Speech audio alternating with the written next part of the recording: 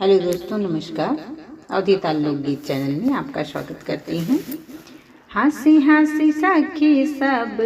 हंसी हंसी सभी सखी, पूछेली बात हो कि केकरा खातिर भुजले गौरा हो, केकरा करती भूखले गौरा, तीज त्योहार हो कि केकरा करती भूखली गौरा, तीज त्योहार हो। हंसी हंस सखी सब, हंसी हंस सब की सब, पूछेली बात हो कि केकरा खातिर भूखलू गौरा, तीज त्योहार हो कि केकरा करती भूखलू गौरा। होते भोर चली जालू मालिन फूलवरिया, होते भोर चली जालू मालिन फूलवरिया,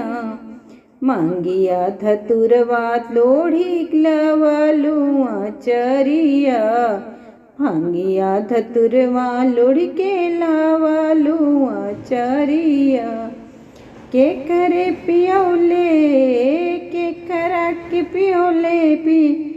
पीसी के भांग धतूर हो कि केकरा खातिर भूखलू गौरा, केकरा खातिर भूखलू गौरा, तीज त्योहार हो कि केकरा खातिर भूखलू गौरा। हंसी हंसी काहे गौरा, हंसी हंसी काहे गौरा,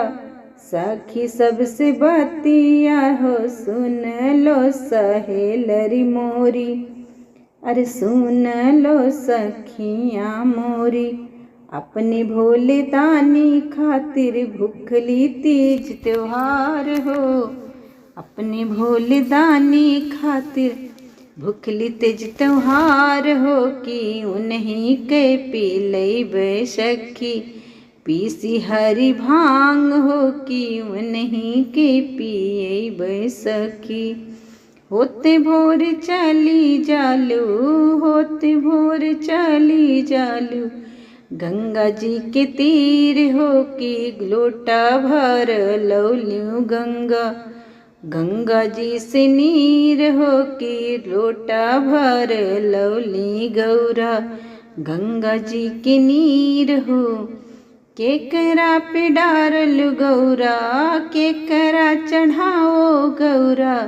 गंगा जी की धार हो कि केकरा खातिर भूखलू गौरा, तीज त्योहार हो कि केकरा खातिर भूखू गौरा। हंसी हंसी काहे गौरा, सखी से बतिया हो, सुन लो सहेलरी मोरी, सुन लो मोर सखियाँ हो, अपने भोले दानी खातिर, अपने भोले दानी खातिर भूखी लती त्योहार हो कि नहीं पे डारीला हम, गंगा जी के धार हो कि नहीं के चढ़ाई हम, गंगा जी की धार हो उन्हीं खातिर भूखले बाड़ी,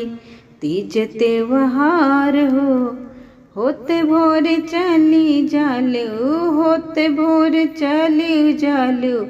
काहे समसनवा हो कि झोली भर ले अवलू भभूत, भभूत भसमवा हो कि झोली भर लौलू गौरा, झोली भर भभूतिया,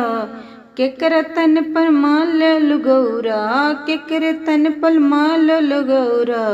भभूत भसमवा हो कि केकरा खातिर भूखलू गौरा,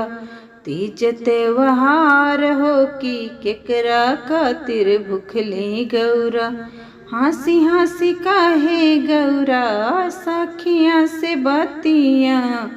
सुन लो सहेलरी मोरी, सुन लो रे सखियाँ, उन्हीं भोले बाबा के, उन्हीं भोले बाबा के मलली हम भस्म की, उन्हीं खातिर भूखले बाड़ी, तीज त्योहार हो कि नहीं खातिर